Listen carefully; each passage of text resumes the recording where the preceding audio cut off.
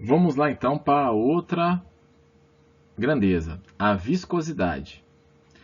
A viscosidade dinâmica é a resistência, interna de um fluido, líquido ou gás. Esse atrito interno é visível no escoamento de fluidos. Muito bem. Estaticamente, difícil a gente perceber a viscosidade, né? A gente percebe a viscosidade, mas praticamente no escoamento, tá? Basta comparar o escoamento de água, tá? A água ela tem uma viscosidade com a do mel, né? Quando você vira uma garrafa de água no copo, o escoamento é rápido, né? Então tem uma viscosidade ali.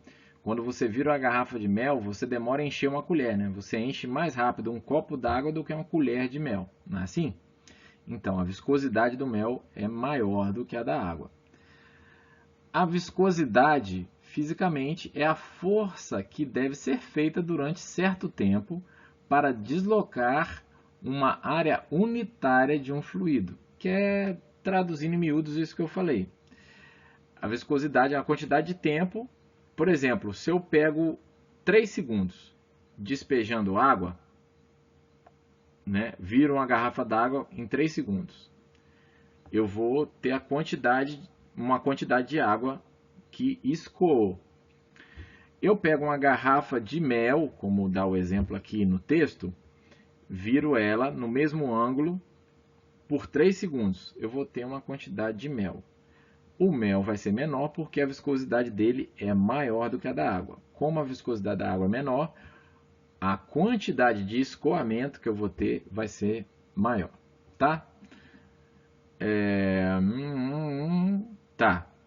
Aqui é uma explicação bem técnica. Eu tentei trazer, mas traduzir um pouco para vocês, tá? A viscosidade é representada pela letra grega eta, ou eta, se preferir. Força vezes o tempo. Aqui nós temos uma área de contato entre as duas placas, né? Que a teoria imagina isso.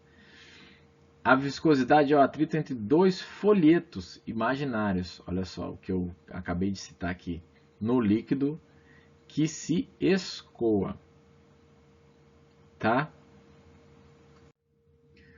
A viscosidade tem uma enorme importância biológica, tanto no escoamento de líquidos como na circulação sanguínea. Nós vamos ver isso na biofísica da circulação, especificamente, tá? Na lubrificação de articulações e preparação de fluidos para uso biológico. Um exemplo prático, meu sogro tem problema cardíaco. Ele usa para melhorar o fluxo sanguíneo dele aspirina. AS, né? O antigo AS. E isso diminui a viscosidade do sangue dele, que facilita para o coração dele fazer a circulação do sangue no corpo, tá? Porém, quando ele vai fazer alguma intervenção cirúrgica, né, que pode causar sangramento, ele tem que interromper o uso desse medicamento para que o sangue volte à viscosidade normal para o corpo dele e ele não tenha um sangramento, uma hemorragia, tá? Então, veja que acontece no dia a dia, isso às vezes está presente na vida da gente e nós não cruzamos o nosso estudo com o nosso dia a dia, muitas vezes, né? Seguindo aqui, em biologia, a viscosidade dinâmica é medida em unidades de CGS, o POISE, que vale Gini vezes segundo por centímetro quadrado. A água a 37 graus, preste atenção, na temperatura tem 0,7 vezes 10 a menos 2 POISE. E o sangue humano aproximadamente 4 vezes mais. Ele é mais espesso, né? tem 2,8 vezes 10 a menos 2, pois. Já a 20 graus Celsius, olha a influência da temperatura aqui. Esses valores são 0,01 e 0,04 poises, respectivamente. 0,01 para a água e 0,04 para o sangue humano. Veja que ele realmente é 4 vezes mais viscoso. No SI, a unidade de viscosidade é o newton vezes metro menos 2 vezes segundos. E denomina-se Pascal vezes segundo. Pascal vezes segundo, a equivalência é 1 Pascal vezes segundo seria equivalente a 10 poise. Tá ok? É isso. Tensão superficial. A tensão superficial representa a força que deve ser feita para a penetração de objetos em uma superfície líquida. A tensão superficial é representada pela letra grega sigma. Dimensionalmente, é a força dividida pela distância, ou trabalho dividido pela área de penetração. E as equações são praticamente uma pressão, né? Só que é uma pressão feita na superfície de um líquido, tá? Por isso que chama de tensão superficial. Então, no caso, a tensão superficial vai ser força sobre distância. Aqui eu tenho representada a força, aqui essa distância, que é o meu L maiúsculo, né? Aqui eu tenho isso tudo representado em linha, né? Aqui só mudei a força pelo trabalho, a distância pela área. Então, estou tratando aqui de uma área de superfície, tá? E o mesmo método aqui e aqui em linha, tá? A tensão superficial tem importância primordial na troca de gases no pulmão. Muito importante.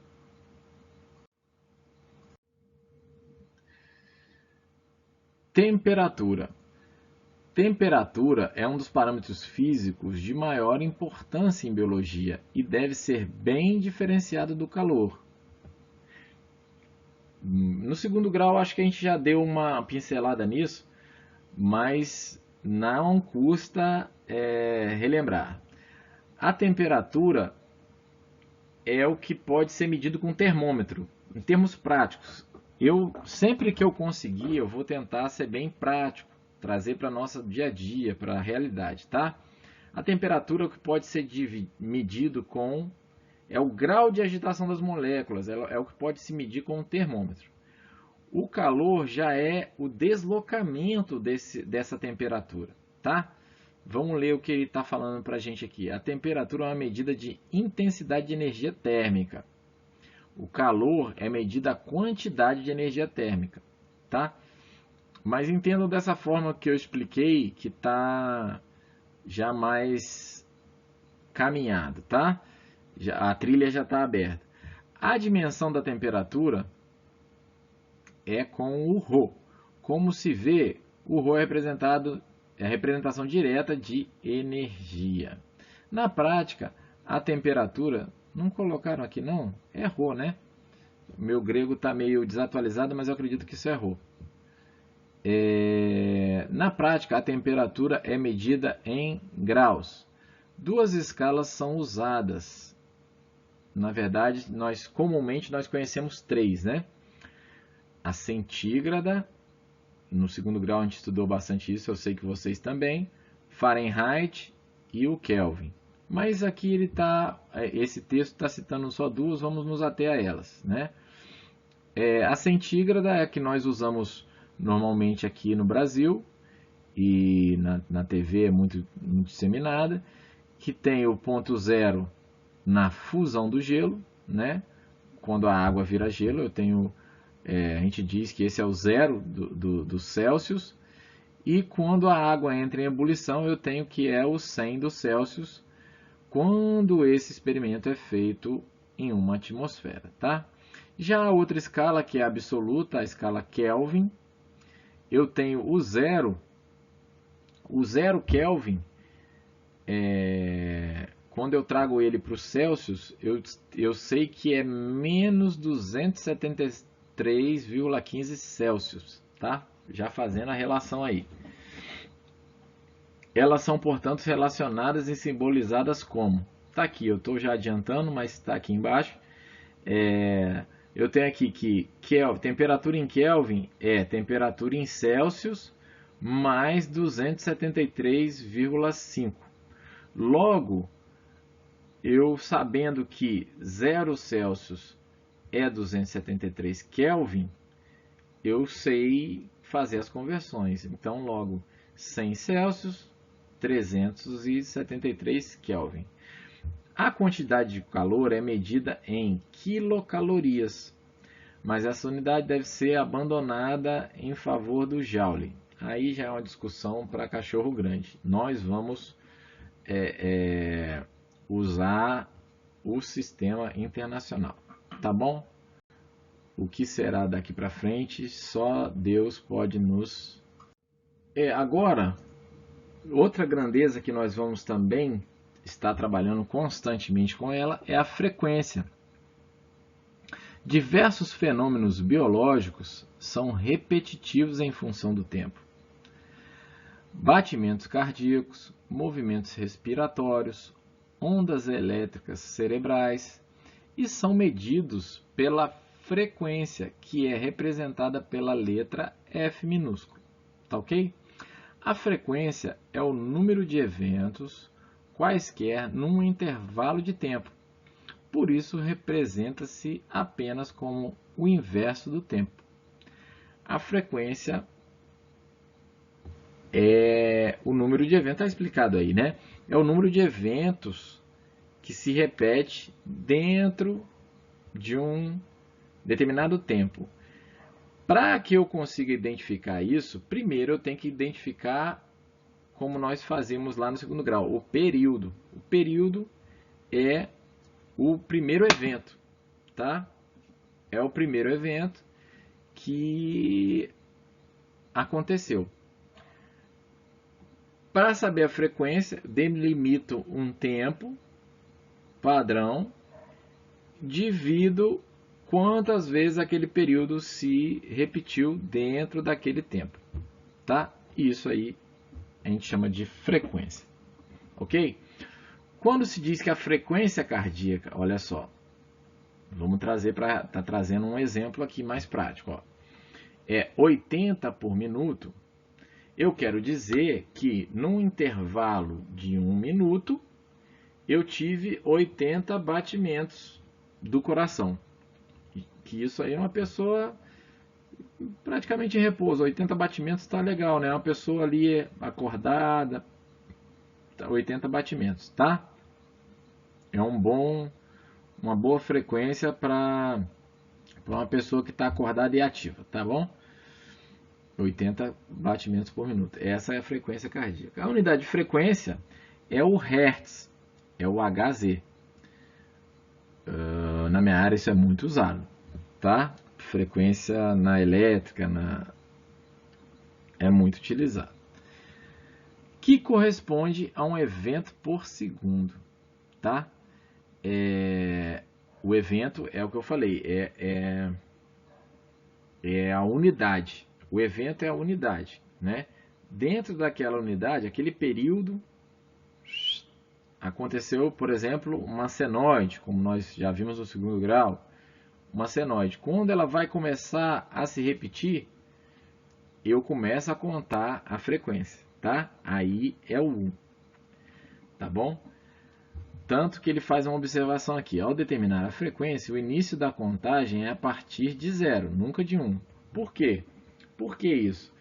Se eu começar do 1, eu estou começando a contar antes dela começar a repetir. Eu só sei que há uma repetição a partir do 1. Então eu conto do zero para aquela primeira ali eu desconsiderar, né? Quando eu sei que está repetindo, então a segunda já é a repetição. Então a segunda já é uma frequência, porque a palavra frequência quer dizer que já ocorreu, ela foi frequentemente acontecendo. Então, se eu tenho um evento, eu começo a contar zero, aí vai valer um só o próximo evento, que é uma repetição, tá? É só um detalhezinho, mas é só para a gente ficar fino nisso aí, tá ok?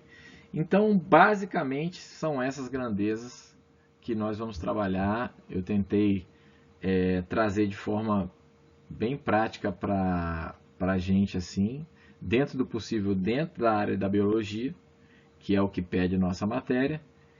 E então ficamos por aí, tá bem? Qualquer dúvida, qualquer informação adicional necessária, podem fazer contato no grupo lá, tá ok? Até a próxima.